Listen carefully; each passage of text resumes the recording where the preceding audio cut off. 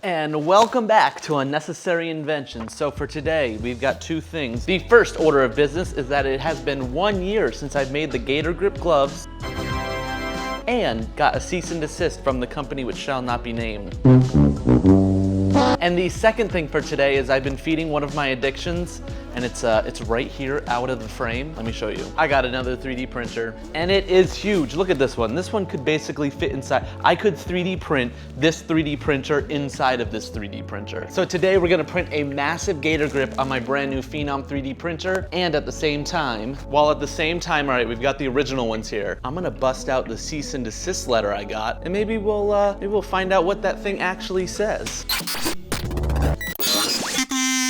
However, just like my Elegoo Mars, which I made this project on, the Palapali Phenom is a resin 3D printer that is just enormous. So while the original Gator Grips are able to fit on my hands, the one we're gonna be able to print in here is gonna be bigger than my face. So let's get into it.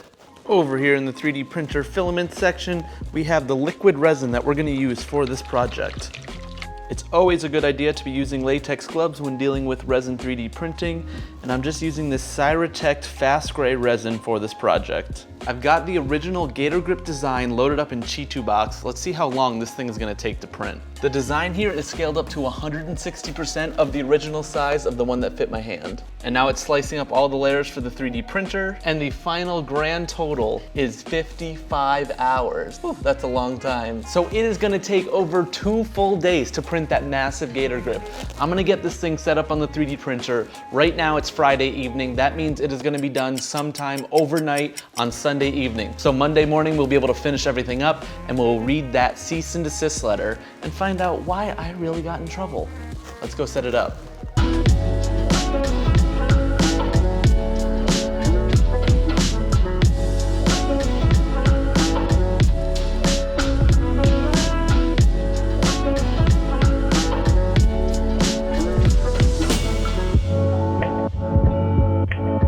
Okay, and a mid-print checkup. Things are looking so good so far. So let's see, we still have 14 hours left on the clock. I think I'm gonna let this thing go. I'm gonna come back Monday morning once it's all completely finished, and we will see how this thing turned out. It's officially done. Let's go check it out. Look at that beast there. So although it originally said it was gonna take 55 hours, it only took 45. That's not too bad. Let's go ahead and open up the Phenom and get this massive Gator Grip out of here. Oh my God, it looks so good. I need gloves first. The evil genius will see you now. Let's get a few close-up shots real quick. Just look at the detail on that. Oh, it's so good. Here are all the supports that were holding up the overhang areas. There's the strap itself. Okay, let's get this thing out of here. First, we gotta unscrew the build plate. Oh my God. This thing is literally bigger than my face. Is that the thumbnail right there? I wish that I could print one like the size of my head, and it could be a helmet, and then I could be like a DJ and I would be named Gator Boy or something like that. All right, let's get this thing off of here, and then we'll take a full deep dive. Let's see how easily, oh, like butter. I got this big old bucket here, and we're off. I'm gonna get all of the leftover resin off with the IPA solution, get it cured, and then we will take our final look at this absolutely giant Gator Grip. And we've got ourselves a giant Gator Grip. Off camera, I did print little unnecessary invention rivets so that I could attach the strap to the glove. They came out looking pretty good, just to give it its own unnecessary touch. But the sheer detail from the Phantom is just incredible. You can't really get a gauge for it, so let's get this thing off of here and I can show you how. I also 3D printed some quick brackets for this dowel so I could use it as a mounting rod. But here is an actual look at how enormous this thing is. So it's on my hand. It's sort of like an infinity gauntlet for the Gator Grip series. Basically the size of my face. Let us see what this thing looks like next to one of the originals. So over on this side, we have the original Gator Grip, and here we have the triple, quadruple, XL Gator Grip. I would say it's what, 4 times bigger, roughly? However, one of the differences from the original one is that I printed it in this flexible filament, so you can actually kind of move it around and stuff, while this is just hard and rigid. The only finishing touches that I think we should do is I think we should paint this big bad boy a matching color blue so it has a good vibe to the original Gator Grip itself. And over here in the accessory section, that one is not exactly gonna do it. This here, I think this blue is going to match perfectly, or sorta, kinda. So I think I'm gonna do a little bit of sanding across the Gator Grip, set this up outside, do a couple coats of spray paint. We can use that mounting stand I made to perfectly spray paint this down, but we are almost finished with the Gator Grip 2.0 XL, triple XL.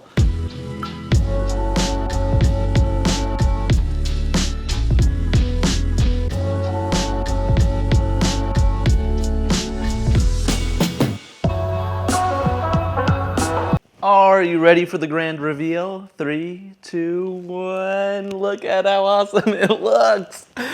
I definitely want to call this thing the Infinity Gatorlet because it's basically like my little Infinity Gauntlet. I need all the stones here so I can take over the Gator world. The paint job came out exquisite. I painted the rivets black to have a nice two-tone to there. The strap still moves up and down like it should. And overall, this thing is just looking Gator-tastic. So now, the moment you've all been waiting for, let's go get that cease and desist over there. Dun da da da! So a quick history update of this whole saga. So I made this invention back in July of 2019. Then, in August of 2019, I got this cease and desist letter in the mail. And then I took a photo with it and it became like the top 20 most upvoted post on Reddit. Then I had a renaming contest and that is where I got the name Gator Grips for the invention. And then the invention and the cease and desist ended up in an art gallery. And now we're here 1 year later, me reading this thing for you guys. If you skipped the entire rest of the video just to get to this point, at least give me a like on the video. And even if you watch the whole thing, go like the video too. So let's get into it. Dear Mr. Benedetto, that's me. We are the counsel for Crocs Inc. in connection with various intellectual property matters. You are in no doubt aware that Croc designs, manufactures, distributes, and sells distinctive popular line of footwear under the Crocs trademark and is the owner of the Crocs trademark and logo shown below. Examples of shoes embodying Crocs' distinctive footwear design are shown on the Crocs website, www.crocs.com. Crocs has invested heavily in developing a distinctive line of shoes which share an overall unique look and feel that serves to identify Crocs as the point of origin. In doing so, Crocs has acquired a wide array of intellectual property rights, including patent, trademark, and dress rights in its footwear design, and the Crocs mark have come to symbolize the reputation and hard-earned goodwill that the company has acquired. All a whole bunch of legal mumbo-jumbo. Basically, they're saying Crocs owns Crocs. It has recently come to our attention. You have been advertising and displaying Crocs gloves, including through a Bored Panda website article that features unauthorized and infringing use of the Crocs mark and Crocs trade dress, as shown in the example below. And then they included some photos of the Gator Grips. While Crocs certainly appreciates designers that embrace Crocs in their own unique style, this particular use of the Crocs mark and trade dress is unauthorized concerning to Crocs. I mean, I do kind of... That's probably one place in the design